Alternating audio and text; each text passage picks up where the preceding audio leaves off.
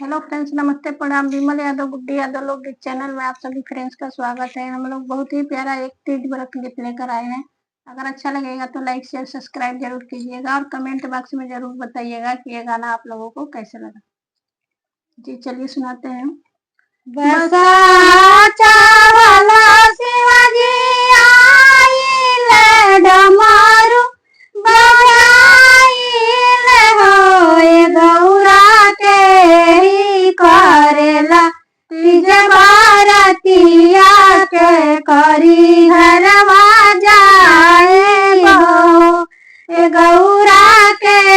ही करेला तीज बारतिया के करी घरवा जाए बहो महाराज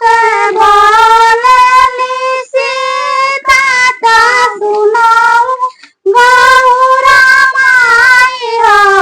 माई हमारी करिले तीज बारतिया हमारी घर आया हुआ हे माई हमारी करिले तीज बारतिया हमारी घर आया हुआ गाय के गोबरा मांगले बानी अंगना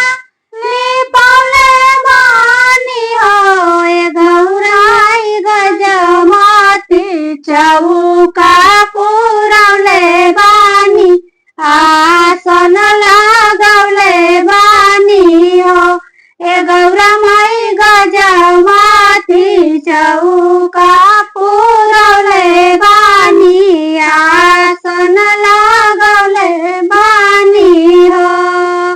ताई चौका बैठी है महादेव गवारी गौरा नहीं हो ये सखिया गौरा माई के करब पूजनवा त मनसा पूरना होई है हो ए सखिया बोले बाबा के करब पूजनवा त मनसा पूरना होई है हो ए सखिया गौरा दई के करब पूजनवा त मनसा पूरना होई है हो हम भूखनी तीजा के बारतिया ता शिवा के पूजना करब सखिया गाई के घिउआ मांगले बानी दिया ना जरौले बानी हो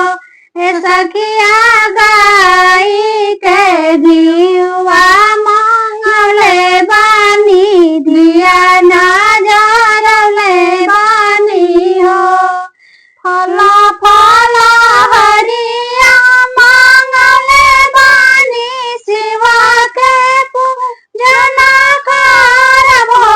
ए सखिया देव शिवा हमके आशीष सत घरवा जाई हो ए शिवा देव नाही हमके आशीष सत घरवा जाई हो बसा चढ़ला शिवाजी आइले डमरू बजाइले हो गौरा के ही करेला तीज बारतिया के करी घर